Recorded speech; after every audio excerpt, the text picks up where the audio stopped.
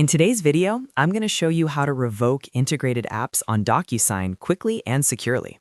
If you've connected third-party apps to your DocuSign account and you no longer want them to have access, it's very important to remove those permissions to keep your account safe and under control.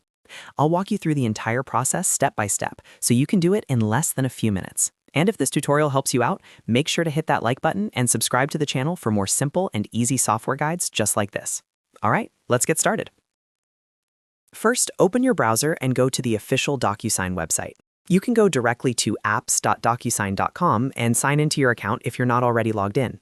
Make sure you're using the correct account, especially if you manage multiple DocuSign profiles for work or different businesses. Once you're logged in and on the DocuSign home screen, look to the top right corner of the page. You'll see your profile icon there. Go ahead and click on your profile.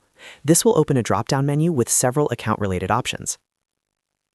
From that drop-down menu, click on Manage Profile. This will take you to your DocuSign account settings page, where you can control personal details, security settings, and connected services. After you land on the account settings page, look for the option labeled Connected Apps. This section is where DocuSign lists all third-party applications and integrations that currently have access to your account. Click on Connected Apps to open the full list. Here, you'll see every integrated app that you've previously authorized. These might include CRM tools, automation platforms, cloud storage services, or other software that connects with DocuSign to streamline your workflow. To revoke access for any app, simply find the app you want to remove and click on the Revoke button next to it. DocuSign may ask you to confirm your choice. If prompted, confirm that you want to revoke access. Once you do that, the app will immediately lose its connection to your DocuSign account. That's it. The integration is now removed, and that third-party app can no longer access your documents or account data. It's a good idea to regularly review your connected apps, especially if you've tested new software tools in the past. Removing unused integrations reduces security risks and keeps your account clean and organized.